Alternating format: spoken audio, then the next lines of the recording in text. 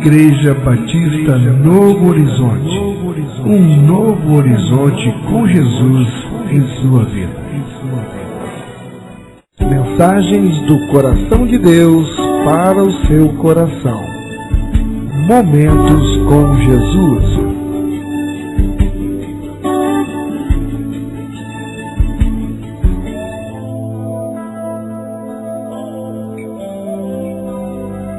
Porque a palavra de Deus é viva e eficaz, e mais cortante do que qualquer espada de dois gumes, e penetra até o ponto de dividir alma e espírito, juntas e medulas, e é apta para discernir os pensamentos e propósitos do coração. Vamos ouvir agora a mensagem da Bíblia.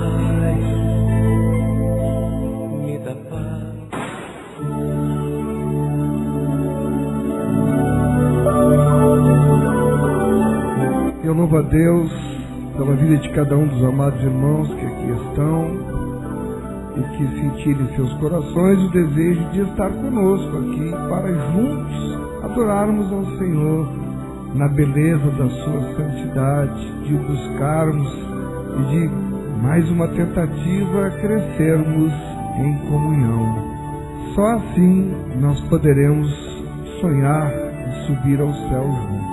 E essa é a minha vontade, esse é o desejo do meu coração. Às vezes nós projetamos algo no nosso coração, mas Deus sabe de todas as coisas, Ele tem os seus propósitos, o seu meio de agir, de nos trabalhar, e sabemos que todas as coisas cooperam para o bem daqueles que amam a Deus e que são chamados segundo o seu propósito. Então tudo que tem acontecido é conforme a permissão de Deus, é segundo o propósito de Deus, e por isso nós louvamos ao Senhor. E a mensagem que o Senhor me deu para essa noite, ela se encontra apenas como ponto de partida o livro do Êxodo. Eu convido a abrir a sua Bíblia em Êxodo 25, verso 40. Eu não vou pregar exatamente neste versículo, ele apenas é um ponto de partida que em si ele engloba praticamente o tema da mensagem desta noite. Êxodo capítulo 25 e o versículo 40. Diz assim na santa e gloriosa palavra do Senhor: Vê, pois, que tudo faças segundo o modelo que te foi mostrado no monte. Amém? Louvado seja o nome do Senhor. Oremos. Pai amado, Pai querido, te agradeço por essa oportunidade que a tua misericórdia me concede de estar aqui mais uma vez reunido com o povo que se chama pelo teu nome. Obrigado por este privilégio. Faça-me, Senhor, estar à altura, Senhor, de ter a assistência aqui de teu Santo Espírito, a quem invoco neste momento, que esteja sobre mim, ministrando a tua palavra, e que ela venha do teu coração e não do meu. Repreenda, Senhor, toda e qualquer palavra que surja do sentimento do homem, do meu coração, mas que seja, em nome de Jesus, o teu Santo Espírito a ministrar ao teu povo aquilo que o Senhor reservou para esta noite. Eu te oro, te agradeço, em nome de Jesus. Amém. Fazer como Deus manda. Vamos repetir o título: Fazer como Deus manda. Amém. Irmão, você já pensou se a gente tivesse chegado aqui agora de noite, não tivesse energia, toda a quadra com energia, que não tivesse energia porque nós não pagamos a conta e a Energisa veio e cortou, e a gente ia ter que fazer o culto à luz de vela e sem microfone. E chato, as pessoas passando ali na rua e vendo que a luz da igreja foi cortada. Se nós quiséssemos tomar um copo d'água ou dar um copo d'água para um filho, e não tivesse água porque a água foi cortada, ou eu tinha que trazer de casa ou ir bater no vizinho e pedir água emprestada. Ou então, se o dono do prédio me pedisse o prédio de volta porque nós não conseguimos pagar o aluguel. Para onde eu levo as cadeiras, para onde eu levo os instrumentos, onde eu reúno a igreja, precisa de recursos. Mínimo. Despesas, elas são pagas com os dízimos trazidos pelos irmãos. Durante algum tempo, Deus tolera a gente cometer os nossos pecados. Já citei centenas de vezes a história do mata-mosca. Deus não anda com um mata-mosca, cometeu o pecado, matou. Não. Ele dá um tempo. Para quê? Para que a gente se arrependa, irmão. Porque se Deus, assim que a gente cometesse um pecado, nos fuzilasse, não tinha mais ninguém aqui. As misericórdias do Senhor são as causas de não sermos consumidos. Grande é a sua fidelidade. Renovam-se todas as manhãs. Todas as manhãs, apesar das nossas fraquezas, Deus sempre nos dá uma nova oportunidade. Para quê? Para nos arrependermos. Mas dura eternamente isso?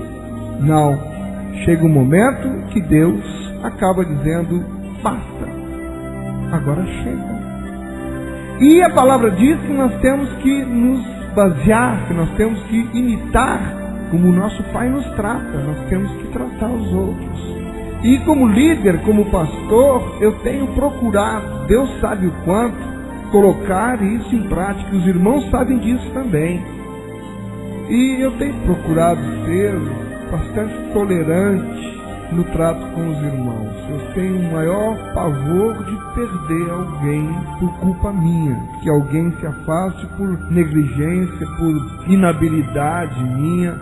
E os irmãos não conseguem, eu acredito, imaginar o pânico que toma conta do meu coração diante da possibilidade de um só vir a se afastar. E algo que eu sentia que estava chegando o momento de dar mais um passo, que era ajustarmos mais o compromisso com o dízimo e o compromisso com a frequência. Por quê? Se os irmãos se colocarem um pouquinho no meu lugar, irão refletir e usarem o coração, a sensatez. Como pastor, irmão, eu preciso vigiar tudo com amor. E quando eu estou sentindo que a situação pode degringolar para um lado que vai prejudicar a obra, é minha função ter que agir. É preciso se falar, eu não posso deixar passar. E a assembleia é o local, é o momento oportuno para isso. Por outro lado, venho preocupado com a questão da frequência, que na verdade não é frequência, é ausência. Então, como pastor, entenda, irmão, eu tenho que cumprir o meu papel, porque Deus me cobra. Porque se eu deixar correr solto, vou procurar a igreja e não vou encontrar mais. Porque ou nós temos ordem e decência e compromisso, ou então vamos ajustar para trabalhar com a realidade. Mas Deus sabe como eu tenho tratado, como eu tenho conversado, como eu tenho conduzido. Eu não saio por aí contando de um para o outro o que acontece. E vou protelando na expectativa de que a pessoa caia em si, desperte, se arrependa, porque nós não queremos perder nenhum, nós queremos que todos se salvem. Eu não sinto prazer em dizer, sai da igreja. Já vi isso acontecer. E não foi uma nem duas vezes, não. Eu vi o pastor chamar a pessoa que estava na minha frente e disse, olha, irmão, procura outra igreja para você, porque eu não quero mais você na minha igreja. Primeiro que a igreja não é minha, a igreja é de Jesus. Esta é a casa do Pai. Como é que eu chegaria e diria para alguém aqui, sai da igreja? Não posso fazer isso. Meu trabalho é zelar, velar, cuidar, pregar, ter paciência, conversar, porque daí a pouco a pessoa dá o estalo e diz, eita, não é que eu me dei por conta agora, irmão, me perdoa. Faça isso com seu filho, Dê liberdade o tempo todo sem puxar. Na hora que você quiser dar uma puxada, você não consegue mais controlar o seu filho. Mas chega um ponto, irmão, que se o pastor, então, não toma uma posição, a partir dali ele não consegue mais. Porque eu quero agradar a Deus, eu não quero perder a minha bênção. Moisés ouviu o povo e perdeu de entrar na terra prometida. Eu tenho que fazer como Deus manda. Por quê? Quando Deus chamou Noé para construir uma arca, Ele deu ordens específicas para Noé quanto ao material que deveria ser usado naquela arca. Sabe como é que Deus disse?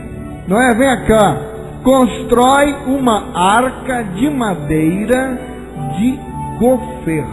O nome da madeira era gofer. Está em Gênesis 6,14. A especificação de Deus quanto ao uso desta madeira de nome gofer já era por si só, pensa comigo, a proibição de toda outra madeira existente na terra. Era para fazer de quê? De gofer. Ele tinha que fazer de quê? De gofer. Noé não disse, Deus falou gofer, mas é tudo no mesmo, tudo é madeira igual, eu vou usar qualquer uma. Não, Noé não disse isso. Noé julgou importante o que Deus disse e pronto. Deus não precisou dizer, Noé, não usa carvalho, hein? Usa gofer. Noé, não usa cedro, usa gofer. Deus não precisou dizer, não usa isso, não usa aquilo. Deus deu a ordem e pronto. Faz uma arca de gofer. Tchau. E o que é que Noé fez? Fez do jeito que Deus mandou. Tem gente que pensa, na Bíblia não diz que eu não posso fumar. Então, se na Bíblia não diz que eu não posso fumar, eu posso fumar. A Bíblia não diz que eu não posso usar mini saia. Então, eu posso usar mini saia, as mulheres. Eu não. A Bíblia não diz que eu não posso beber socialmente. Então, eu posso beber socialmente. As mulheres dizem, né? A Bíblia não diz que eu não devo deixar o meu namorado tocar certas partes do meu corpo. Então, se a Bíblia não diz assim, eu posso deixar o namorado tocar certas partes do meu corpo. Irmão, realmente, a Bíblia não diz essas coisas. Mas ela diz em 1 Coríntios 3,16: não sabeis que sois santuário de Deus e que o Espírito de Deus habita em vós? Em Efésios capítulo 5, verso 8, a Bíblia diz: pois outrora, antes, era trevas, porém agora sois luz no Senhor. E olha a ordem: andai como filhos da luz. Pronto. Abarcou tudo. Se não diz que eu não posso fumar, mas aqui diz que eu tenho que andar como luz. Amém? Será que com essas palavras era preciso então Deus escrever tais proibições? O que é que você entende com o que Deus deixou escrito em 1 Tessalonicenses, capítulo 5, verso 22? Abstende-vos de toda a forma do mal. O que é que você entende com isso? Quando ele diz abstende-vos de toda a forma do mal, o que ele quer dizer? Tudo. Fugir. Ela diz que nós devemos fugir até da aparência do mal. Que dirá do mal? Nós temos trechos da Bíblia que muitas vezes ao lermos, e talvez já tenha acontecido isso com você, quando começou a ler a Bíblia pela primeira vez, e leu lá o Antigo Testamento, quando você começou a ler aquela questão da genealogia, aconteceu comigo. E quando eu fui ler a questão do tabernáculo, que coisa chata, eu pensava na época, que papagaiada isso aqui. Eu pensava na época, Deus me perdoe, Ele perdoa o tempo da ignorância. Tem trechos que a gente, ao ler, acha sem importância. E nós sentimos uma vontade de pular aqueles trechos, achando, isso é muito chato. Um exemplo disso está no livro do Êxodo, quando Deus disse a Moisés para ele construir o tabernáculo. São tantos detalhes, são tantas coisas mínimas. Pega uma cortina, dá tantas voltas, pinta de tal cor, e isso, e aquilo. Será que para Deus isso não tinha importância? Se não tinha, por que Ele mandava? Deus se ocupava de mandar fazer assim. Pega tantas voltas na cortina, bota isso, bota aquilo. Você quer saber de uma coisa? Uma curiosidade? Dos 40 capítulos da Bíblia, do livro de Êxodo, Deus separou desses 40 que tem no livro do Êxodo, Deus separou nada mais, nada menos do que 16 capítulos para dar especificações detalhadas de como Ele queria que fosse construído o seu santuário. Irmão, 16 capítulos só de detalhes. Assim e assim e assim. É assim que eu estou mandando. É assim que você tem que fazer. Por quê? Ele se importava, sim, com os detalhes, com as minúcias. E como é que nós podemos saber que Deus se preocupa com os mínimos detalhes? Nós podemos saber que Deus se preocupa com as mínimas coisas. Por quê? Primeiro, através das mínimas coisas, Ele nos mostra o caminho a seguir. Êxodo 25, verso 9. Êxodo 25, verso 9. Vamos prestando atenção agora nas minúcias. Conforme a tudo o que eu te mostrar para modelo do tabernáculo e para modelo de todos os seus pertences, assim mesmo os farei. Deixou alguma brecha aqui, irmão? Só não. Foi do jeito que eu te mostrei, é desse jeito que é para fazer. Os mínimos detalhes para a construção do tabernáculo, os mínimos detalhes para a construção dos móveis do tabernáculo, assim deveria ser feito. Só uma parte? Não, tudo. E não é por acaso que nós vamos encontrar mais adiante no Novo Testamento a seguinte orientação em 1 Coríntios 14:40. Tudo, porém, seja feito com ordem e decência. É assim que são as coisas de Deus. Se esta é uma igreja, nós precisamos sim prestar atenção aos mínimos detalhes, porque é assim que Deus quer, porque é assim que Ele mandou, e é assim que nós temos que fazer se quisermos obedecer a Ele.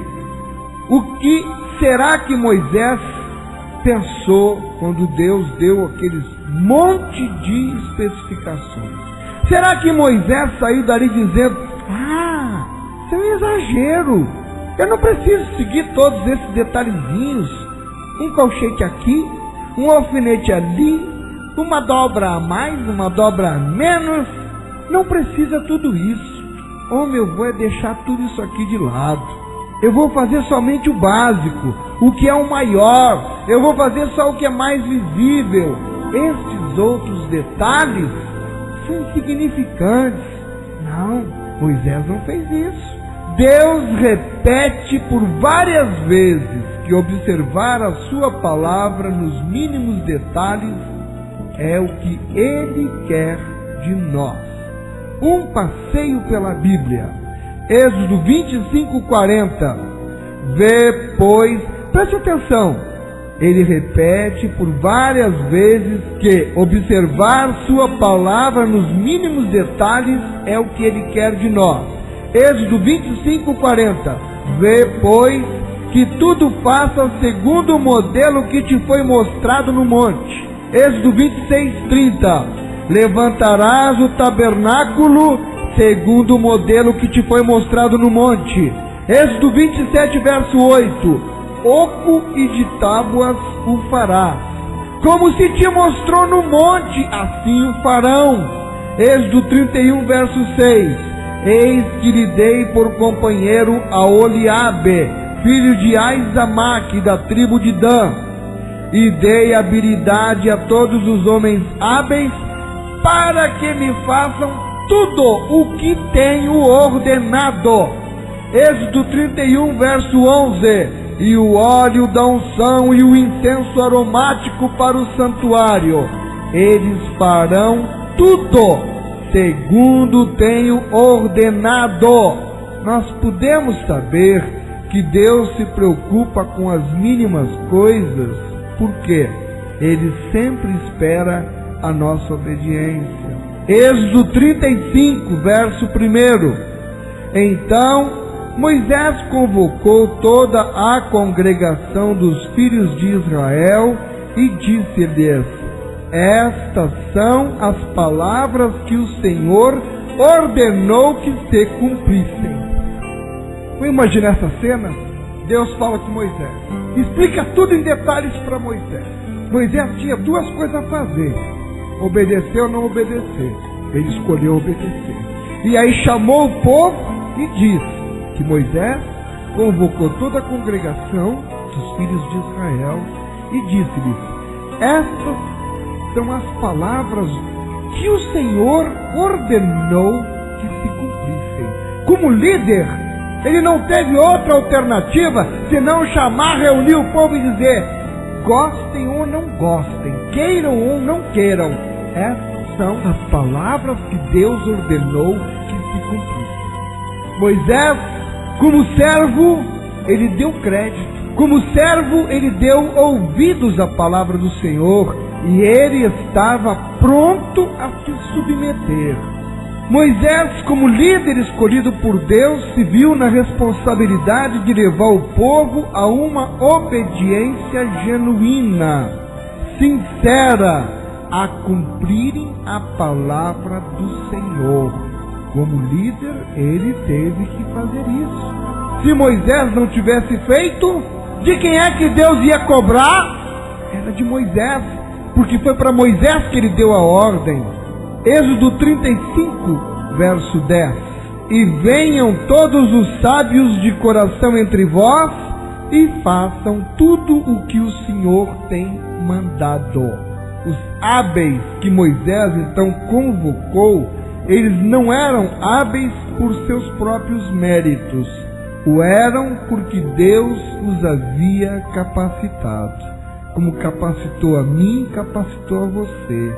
Os hábeis que ele colocou aqui, ele já deu dons para cada um. Todos já estão capacitados. Agora precisam se dispor a fazer aquilo que Deus está mandando. De nada teria adiantado Deus ter capacitado aqueles homens no deserto e eles se recusassem a obedecer a orientação de Deus através do líder Moisés. Em Êxodo 36, verso 1. Assim trabalharam Bezaleel e Aholiabe, e todo homem sábio de coração, a quem o Senhor dera sabedoria e inteligência. Quem deu foi o Senhor. Sabedoria e inteligência, para saber como haviam de fazer toda a obra para o serviço do santuário, conforme a tudo o que o Senhor tinha ordenado. É impressionante como se repete essa expressão, tudo como o Senhor tinha ordenado. Era tudo, Ele mandou fazer, tem que fazer tudo, não é em parte. Aqueles que haviam recebido a habilidade do Senhor também estavam dispostos a seguir a liderança que o Senhor havia colocado. Tem que haver o líder, tem que haver os hábeis preparados pelo Senhor, mas precisa que as pessoas estejam dispostas a seguir, porque se não estiverem dispostas, olha a confusão, olha o problema. Em Êxodo 38, 22, fez, pois, Bezaleel, o filho de Uri, filho de Ur, da tribo de Judá, tudo quanto o Senhor tinha ordenado a Moisés. Eles fizeram.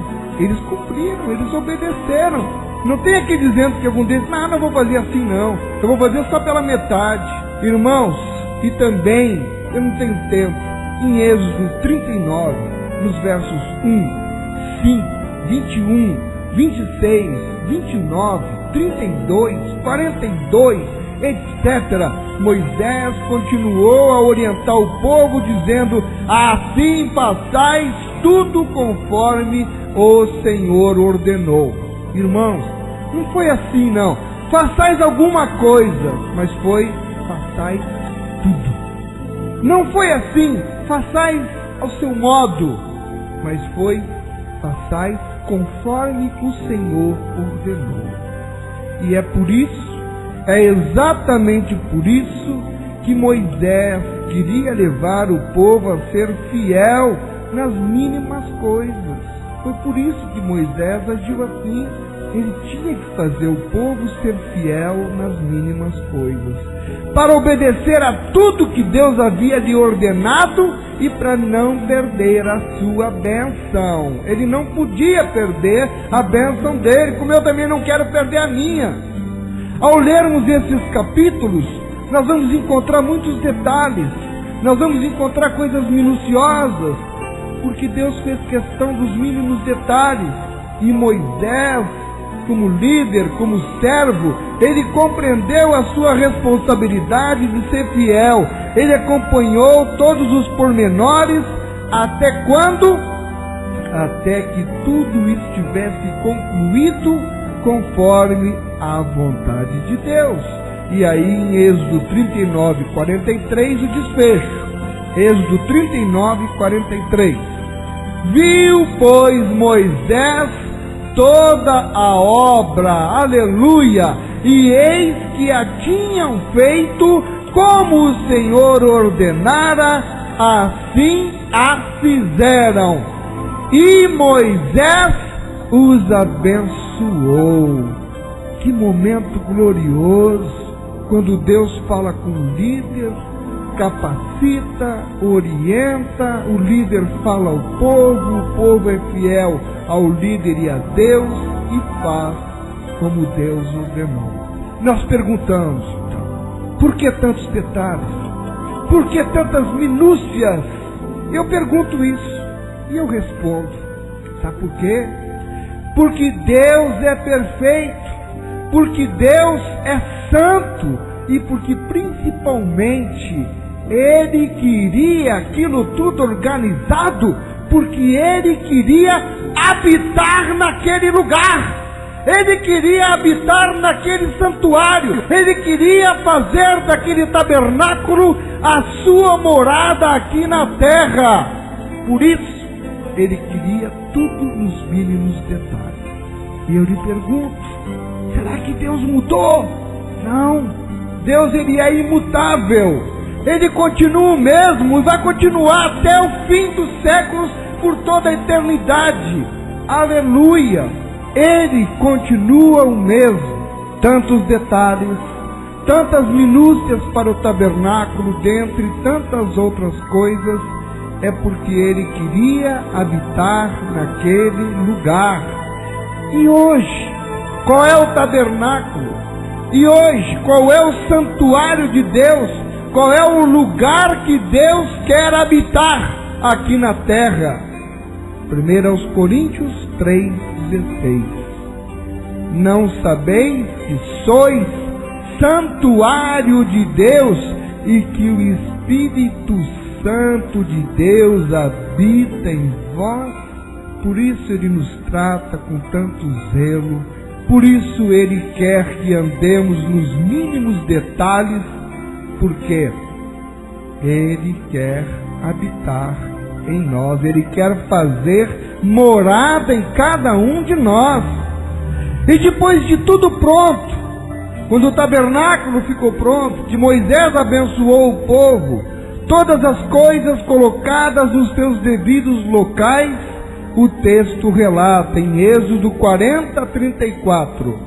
Então a nuvem cobriu a tenda da congregação, e a glória do Senhor encheu o tabernáculo. Moisés não podia entrar na tenda da congregação, porque a nuvem permanecia sobre ela e a glória do Senhor, o Shekinah, enchia o tabernáculo. Irmão, é por isso que Deus quer que nós o obedeçamos nos mínimos detalhes. Por quê? Porque Ele quer habitar em nós. E Ele quer encher o nosso tabernáculo com a sua glória. Ele quer nos encher com o seu Shekinah.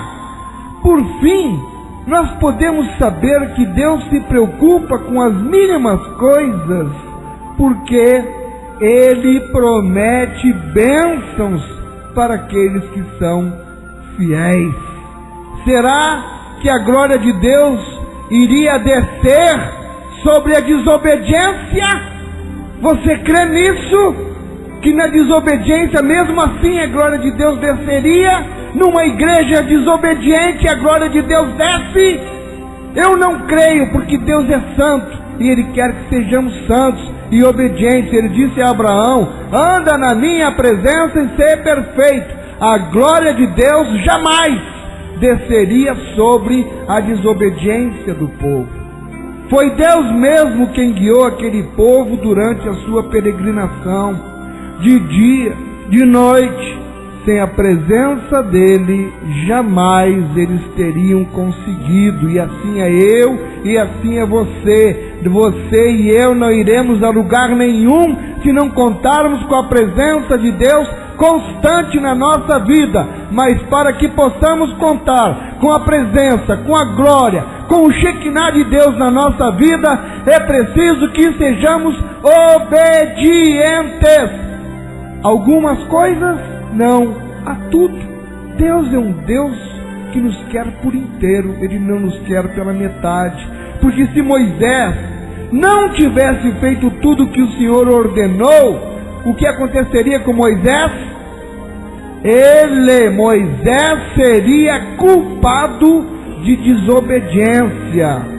2 Timóteo, capítulo 2, verso 15. Um ensinamento para mim, para você. Procura apresentar-te a Deus aprovado, como obreiro que não tem de que se envergonhar, que maneja bem a palavra da verdade. 2 Timóteo 2,15. Esse é um versículo muito conhecido, irmãos. Esse é um versículo decorado por muitos, recitado por tantos outros, como também outras partes da Bíblia. Mas o que acontece é que muitas vezes nós deixamos de entender a profundidade daquilo que nós estamos lendo. Este versículo, ele é de uma profundidade intensa, porém, nós muitas vezes nos limitamos apenas em decorá-lo. É bonito dizer ele de cor, mais bonito é praticá-lo. Manejar bem não é encontrar rapidamente o texto. Tem gente que pensa que manejar bem a Bíblia é achar ligeirinho. Não é não. Manejar, no sentido que ele quer dar aqui, é observar, é praticar todos os mandamentos contidos na palavra de Deus, por mínimos que sejam para nós. Mas o que acontece é que às vezes nós dizemos: isso não é tão importante, isso é mínimo, isso é bobagem, está querendo essas coisas, não precisa de nada disso não. Irmãos, mas se aqui diz que não serão envergonhados diante de Deus os que assim fizerem, significa dizer que o contrário, ou seja, que os que assim não o fizerem, certamente serão sim envergonhados diante de Deus. Cristo mesmo nos disse em Mateus 24, verso 35: passará o céu e a terra, porém as minhas palavras não passarão. Irmão, o que está escrito na Bíblia não passará. O meio evangélico em nossos dias ele vem tentando fazer modificações, reformulações, para suavizar, para facilitar. Isso não é bem assim, irmão. Besteira do teu pastor. Conversa. Olha, vamos manejar aqui, vamos manejar ali, vamos adaptar aqui, vamos ajustar ali, que o que importa é ver a igreja cheia. Não é assim que está acontecendo? Para ver a igreja cheia, vamos minimizar o pecado e vamos maximizar as bênçãos. Então, vamos fazer de bolo. Então, vamos fazer de qualquer jeito. Afinal, não é disso que o povo gosta? De bolo, de qualquer jeito. Se o pastor quer apertar um pouco mais, há uma rebeldia, uma revolução, uma guerra, uma insurreição contra o pastor. Agora vê se o pastor está adulterando, se está roubando, se está comprando e não está pagando. Se tiver, tem que fazer insurreição mesmo. Agora, se o pastor estiver puxando para a palavra de Deus, meu irmão, receba, porque ele está velando pela vossa salvação, está cuidando da sua alma. Ele vai prestar conta para Deus. Um dia ele vai ter que prestar conta para Deus. E em 2 Timóteo 2,15, como nós vimos, ele diz, eu vou ler de novo: procura apresentar-te a Deus. Apresentar, na hora que eu for me apresentar, eu tenho que me apresentar aprovado, como obreiro que não tem de que se envergonhar, aleluia, e que maneja bem a palavra da verdade. Muitas pessoas hoje, se observassem bem o que está escrito neste versículo aqui, teriam mais cuidado ou cautela, porque um dia elas terão que se apresentar diante de Deus, serão levados à presença de Deus. E como anuncia em Mateus capítulo 7, versos 21 ao 23, eles irão ouvir: nem todo que me diz Senhor, Senhor, entrará no reino dos céus, mas aquele que faz a vontade de meu Pai que está nos céus. Muitos naquele dia hão de dizer-me: Senhor, Senhor, porventura não temos nós profetizado em teu nome, e em teu nome não expelimos demônios, e em teu nome não fizemos muitos milagres? Então lhes direi explicitamente: nunca vos conheci. Apartai-vos de mim, os que praticais a iniquidade. Irmãos, ouça muito bem: manejar a palavra de Deus não é manobrar a palavra de Deus. Manejar bem a palavra de Deus é cumprir, é obedecer aquilo que Deus deixou escrito em sua palavra. Esta é a orientação.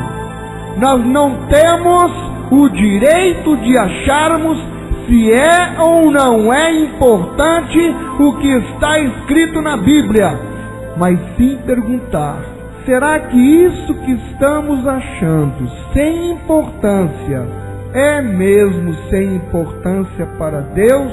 Porque aquele que não é fiel no pouco também não vai ser fiel no muito. Se você acha que pode pular certas coisinhas que Deus está recomendando, como ficam as grandes? Tem que perguntar se não tem importância para Deus mesmo.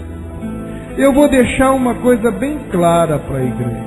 Um erro doutrinário grande, ele não começa grande não. Assim como o alcoólatra não começa alcoólatra. Ele começa alcoólatra no primeiro gole. Eu lhes mostro a maior consequência de que não obedecer a Deus pode nos trazer. Nós perdemos as bênçãos de Deus. Quer perder as bênçãos de Deus? Você quer nadar e morrer na praia? Essa é a maior consequência que acontece com quem não quer obedecer a Deus. E Moisés, nosso amado Moisés, lutou tanto, uma carreira brilhante, um homem que foi chamado aos 80 anos de idade, guiou aquele povo, que as contas chegam a cerca de 6 milhões de pessoas, já no final da caminhada. esse homem dos 80 aos 120 anos, ele passou por tantas coisas tentando agradar a Deus, tentando não perder a bênção. O maior sonho daquele homem era entrar com o seu povo na terra prometida, era entrar na Canaã que Deus havia prometido. E Moisés perdeu a bênção. Que injustiça! Como é que Deus faz isso com Moisés? Ele experimentou o desgosto de desobedecer a Deus. Sabe por quê? Porque ele foi ouvir o povo, irmão. Ele não obedeceu ao que Deus havia lhe ordenado. Moisés morreu sem conseguir entrar na terra prometida. Nós temos com isso o quadro mais triste para um servo de Deus. Eu creio que não tem nada mais triste para um servo de Deus do que isso. Se chegar no fim da vida e ver que você, por causa de não ouvir a Deus e ouvir o povo, perdeu a sua bênção. Eu mesmo jamais gostaria de terminar os meus dias aqui na terra sem alcançar a promessa de Deus, por ouvir, querer agradar ao povo, ao invés de ouvir e agradar a Deus. Irmãos, nós vemos na vida e no ministério de Moisés que ele recebeu uma promessa. Caminhou em busca dessa promessa. Sonhou com o dia de receber a promessa. Ele conseguiu ver a promessa. A terra de Canaã, ele conseguiu ver com seus olhos carnais. Mas ele não entrou na terra prometida. É triste. Irmão, isso é muito triste, não é? Não é. Mas lembre-se, Deus é justo e é fiel para cumprir sua palavra. Com Deus não se brinca. Eu quero concluir lhe perguntando: você que tem me ouvido tão atentamente, como está o seu coração, armado ou desarmado para ouvir a verdade da palavra de Deus? Como tem sido o seu manejo com a palavra de Deus? Você tem manejado ou você tem manobrado a palavra de Deus? Manobrado para acomodar naquilo que te é útil, que te é agradável. Naquilo que não é, eu não aceito. Você tem manejado bem a palavra de Deus ou tem tentado dar um jeitinho brasileiro? Qual é a sua interpretação, por exemplo, para a questão dos dízimos? Você é daqueles que acha que dízimo é coisa da lei? O dízimo é antes da lei. Você acha que o dízimo acabou com Jesus no Novo Testamento? Pelo contrário, nós vamos trazer um estudo sobre o dízimo para a igreja, mostrando que não acabou, muito pelo contrário, se tornou ainda mais exigente. Nós vamos ver em estudo posterior. Será que você tem vivido uma vida derrotada porque não tem observado os pequenos detalhes da palavra de Deus? Moisés, alguma coisinha tão tola aparentemente, era para ele ter falado com a rocha e ele bateu, perdeu a bênção. Alguém diria que injustiça, mas Deus é fiel. Com Deus não se brinca. E ali Deus seria glorificado, o nome de Deus seria glorificado naquele momento tão importante na vida de todo aquele povo. E pela desobediência de Moisés, o nome de Deus deixou de ser glorificado e o povo tornou-se mais rebelde ainda. E Moisés passou a cada vez ter mais trabalho para conseguir administrar a sua situação de líder daquele povo. Irmão, será que você tem, quem sabe, pretendido abrigar-se sobre uma igreja para poder dizer que é membro dessa ou daquela igreja, mas quando se trata de ter que assumir ou de firmar um compromisso com o que Deus deseja de nós, que seja, por exemplo, fidelidade nos dízimos, presença constante nos trabalhos da igreja, você se revolta, se rebela, prefere ser submisso ao pastor e principalmente ao regimento interno da denominação sobre as mais variadas e diversas alegações? Como, por exemplo, ora, besteira, por que firmar um compromisso? Essa questão é entre mim e Deus. Ou então, para que assinar um termo de compromisso exigido por esse estatuto e por esse regimento interno da igreja? O meu nome já está escrito no livro da vida. Você é um daqueles que quer ser membro de uma igreja séria, respeitada, que foi implantada conforme as normas da Convenção Batista Brasileira, mas quando se trata de cumprir as etapas necessárias para os devidos ajustes da igreja, as normas pertinentes, aceita só aquilo que lhe convém. Você vem para a igreja, você concordaria que o pastor batizasse uma pessoa que está vivendo maritalmente com outra, mas o dízimo dela é significativo? Se eu não batizar, ela vai sair da igreja, mas ela está vivendo no pecado. Você concordaria que eu fizesse isso aqui? Talvez você fosse o primeiro a se levantar e ir embora e dizer: eu não quero fazer parte de uma igreja bagunçada. Eu quero fazer parte de uma igreja organizada. Você faria isso, com certeza. Quero lhe dizer que, como igreja, corpo de Cristo, nós estamos sujeitos à lei de Deus, ou seja, como corpo de Cristo, a igreja está sujeita à sua palavra. Mas como igreja, instituição terrena, instituição humana, porque nós somos também uma instituição humana, porque nós estamos sujeitos às leis dos homens. Nós temos que ter alvará de localização, nós temos que ter CNPJ, nós temos que ter atas, nós temos que ter estatuto e regimento registrado em cartório para poder operar aqui e não ser fechada a igreja. Nós estamos sim sujeitos às leis dos homens, às normas dos homens. Nós, como instituição humana, estamos sujeitos às leis dos homens. O que Deus nos orienta em sua palavra, então, quanto a estarmos sujeitos às leis e às normas dos homens, das autoridades humanas. Alguém pode dizer: isso é coisa de homem, eu quero não saber, meu negócio é com Deus. Mas enquanto igreja organizada, como é que a palavra de Deus nos orienta com relação a essa dependência às autoridades humanas? Eu faço questão que você abra a sua Bíblia e marque aí, me acompanhe, Romanos capítulo 13, versículo 1. Romanos 13, 1. Hoje, quando eu estudava essa palavra, como que me abriu o entendimento. Eu não tinha prestado atenção ainda na profundidade do que Deus nos orienta com relação à obediência às leis humanas. Ouça muito bem o que ele diz em Romanos do 1 em diante. Capítulo 13, do 1 em diante. Todo homem esteja sujeito às autoridades superiores. Olha aqui, porque não há autoridade que não proceda de Deus, e as autoridades que existem foram por ele instituídas. Você vai dizer: peraí, irmão, o prefeito também, o presidente. Não é tudo por vontade permissiva do Senhor? Se aqueles homens estão lá, é por vontade de Deus.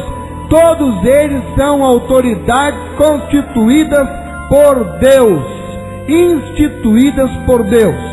Verso 2: de modo que, olha aí, aquele que se opõe à autoridade resiste à ordenação de Deus, e os que resistem trarão sobre si mesmos condenação. Verso 3: porque os magistrados, e eu desperto a sua atenção para isso, igreja, porque os magistrados não são para temor. Você tem medo de algum juiz? Eu não tenho. Os magistrados não são para temor quando se faz o bem, e sim quando se faz o mal. Se eu estou fazendo o bem, eu não temo a lei, eu não temo o magistrado que vai aplicar a lei. Agora, se eu estou fazendo o mal, se eu estou contrário, então eu tenho que temer o magistrado. Então eu tenho que temer a lei. Amém? Queres tu não temer a autoridade? Faze o bem e terás louvor dela. Fizer o bem, você vai ser elogiado. Não quer temer? Anda na linha. Verso 4: visto que a autoridade é ministro de Deus para teu bem. Entretanto, se fizeres o mal, teme, porque não é sem motivo que ela traz a espada, pois é ministro de Deus vingador, para castigar o que pratica o mal. É necessário que lhe estejais sujeitos, não somente por causa do temor da punição, aleluia, mas também por dever de consciência. Oh, palavra dura e abençoada. Paulo, escrevendo ao jovem pastor Timóteo, ele usa das seguintes palavras: ora, o intuito da presente admoestação visa ao amor que procede de coração puro e de consciência boa e de fé sem hipocrisia. Desviando-se algumas pessoas destas coisas, perderam-se em loquacidade frívola, pretendendo passar por mestres da lei, não compreendendo todavia nem o que dizem, nem os assuntos sobre os quais fazem ousadas asseverações. Está vendo? A pessoa não entende, não sabe o que está falando, abre a boca para criticar, para contrariar, não está entendendo nada, mas abre a boca para dizer. Ele diz, pretendendo passar por mestres da lei, no verso 7, não compreendendo todavia nem o que dizem, e nem os assuntos sobre os quais fazem ousadas asseverações ou comentários. Sabemos, porém, ouça muito bem aqui, querido, sabemos, porém, que a lei é boa, se alguém dela se utiliza de modo legítimo, tendo em vista que não se promulga lei para quem é justo, mas para transgressores e rebeldes, irreverentes e pecadores, ímpios e profanos. Se você quiser alcançar a salvação, terá que ser do jeito que Deus escolheu e não à sua maneira. Assim, o que fazer em virtude do que você acabou de ouvir nesta mensagem? Talvez você tenha pensado por muitos e muitos anos que poderia, quem sabe, alcançar a salvação por meio de boas obras. Porém, Deus diz que não é por obras de justiça que nós podemos ser salvos. Como cristão, como membro desta igreja, você pode tomar a decisão de ser fiel ao Senhor, inclusive nas pequenas coisas, pois Ele disse que é melhor obedecê-lo do que oferecer sacrifícios. Pô, se você quer ser membro da igreja e não quer ter compromisso com os dízimos, então é melhor você repensar a sua condição de cristão. Se você quer ser membro da igreja e não quer vir para os cultos, é melhor você repensar a sua condição. Você não quer ter intimidade com Deus, estar pronto a prestar serviços à igreja na área em que for convocado. Irmão, sabe louvar? Sei. Irmão, gostaria de vir participar do louvor? Gostaria. Então, não estou preparado. Deixa eu me preparar melhor, eu estou numa situação pecaminosa. Amém, irmão. Mas na hora que eu sentir, estou pronto para ajudar. Porque a igreja está pedindo só isso. Ser um discípulo fiel ao ID de Jesus, assumindo o compromisso de ser um membro ministro, ou seja, de ser um evangelizador. Como cristão, você não quer ser um evangelizador? Ora, vamos pensar junto? Vamos pensar junto? Eu preciso temer, por exemplo, a lei que ameaça punir com cadeia quem dirige alcoolizado. Você acha que eu devo temer essa lei? Estou pouco me lixando para ela. Por quê? Eu não bebo. Eu não bebo. Essa lei existe. mas ela não me atinge, porque eu ando conforme a lei. Eu devo temer, por exemplo, essa lei que está agora aí, vibrando a história da pedofilia? Estou nem aí para ela. Por quê? Eu não ando correndo atrás de menina e de ninguém para abusar sexualmente de ninguém. Eu não preciso temer essa lei. Ai, que a lei da pedofilia. Eu estaria temendo se eu tivesse com o meu computador cheio de imagens de menino. Pode ir lá, pode abrir, não estou nem aí. Não estou preocupado. Existe a lei, não existe? Mas é para punir quem? A mim? Eu vou ser punido? Não. Então, se eu tiver que assinar algum termo de alguma coisa com relação a isso, você se compromete a não correr atrás de menina, me comprometo. Você se compromete a não dirigir alcoolizado, me comprometo. Porque eu não vou beber, eu não vou correr atrás de menina, então eu não tenho medo de assinar termo de nada. Não estou nem aí, se fosse obrigatório ter que assinar, se fosse preciso. Os irmãos estão entendendo, é claro, onde é que eu estou querendo chegar e onde é que eu cheguei. Hebreus 13, 7. Lembrai-vos dos vossos guias, os quais vos pregaram a palavra de Deus, e considerando atentamente o fim da sua vida, imitai a fé que tiveram. Hebreus 13, 17. Obedecei aos vossos guias, e sede submissos para com eles, pois velam por vossa alma, como quem deve prestar contas, para que façam isto com alegria e não gemendo, porque isto não aproveita a vós outros. E eu não gostaria que acontecesse comigo o que aconteceu com Moisés. Para ser bom com o povo, eu acabar perdendo o direito de entrar na terra prometida. Que Deus esteja aplicando a porção da sua palavra em cada coração, em nome de Jesus. Que Deus abençoe a todos, nos dê uma semana de muita paz, de muito amor, em nome de Jesus.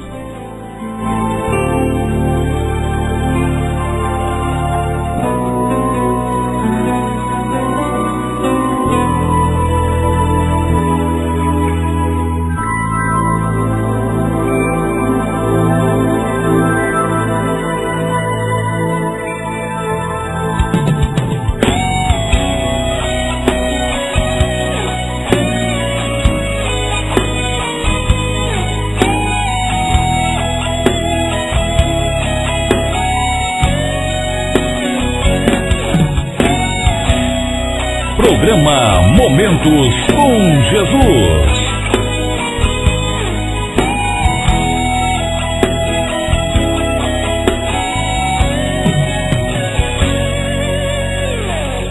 Vejo no seu olhar uma tristeza, no seu sorriso uma fraqueza, seu falar não tem mais fé.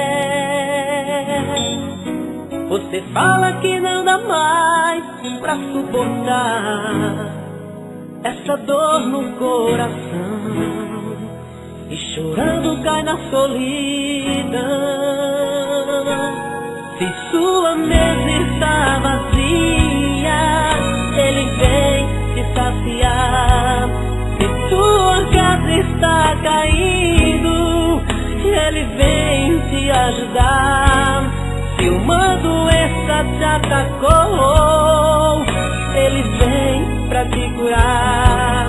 Se abandonaram e te humilharam, ele vem porque te ama. Só Deus pra te curar, só Deus pra te salvar, só Deus pode fazer o impossível acontecer. Só Deus pra te amar, só Deus pra te perdoar. Foi Deus que entregou Jesus, seu filho, lá na cruz, pra nos salvar.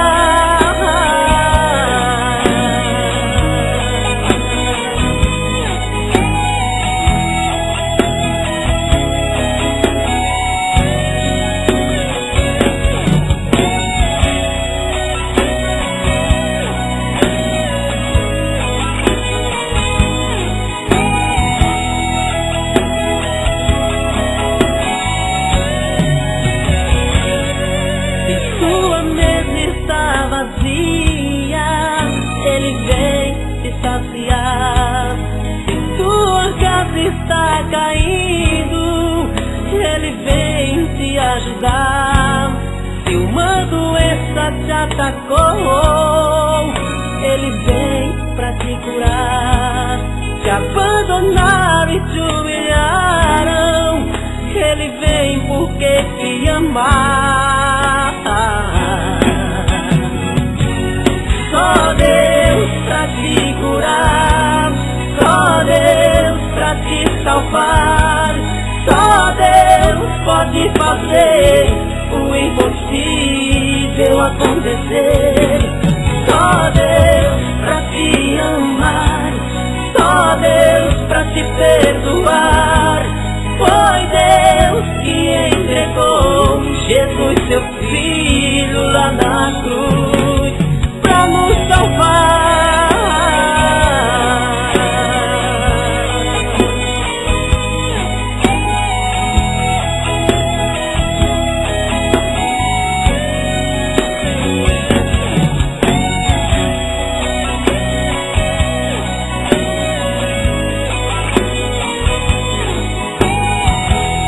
Programa Momentos com Jesus.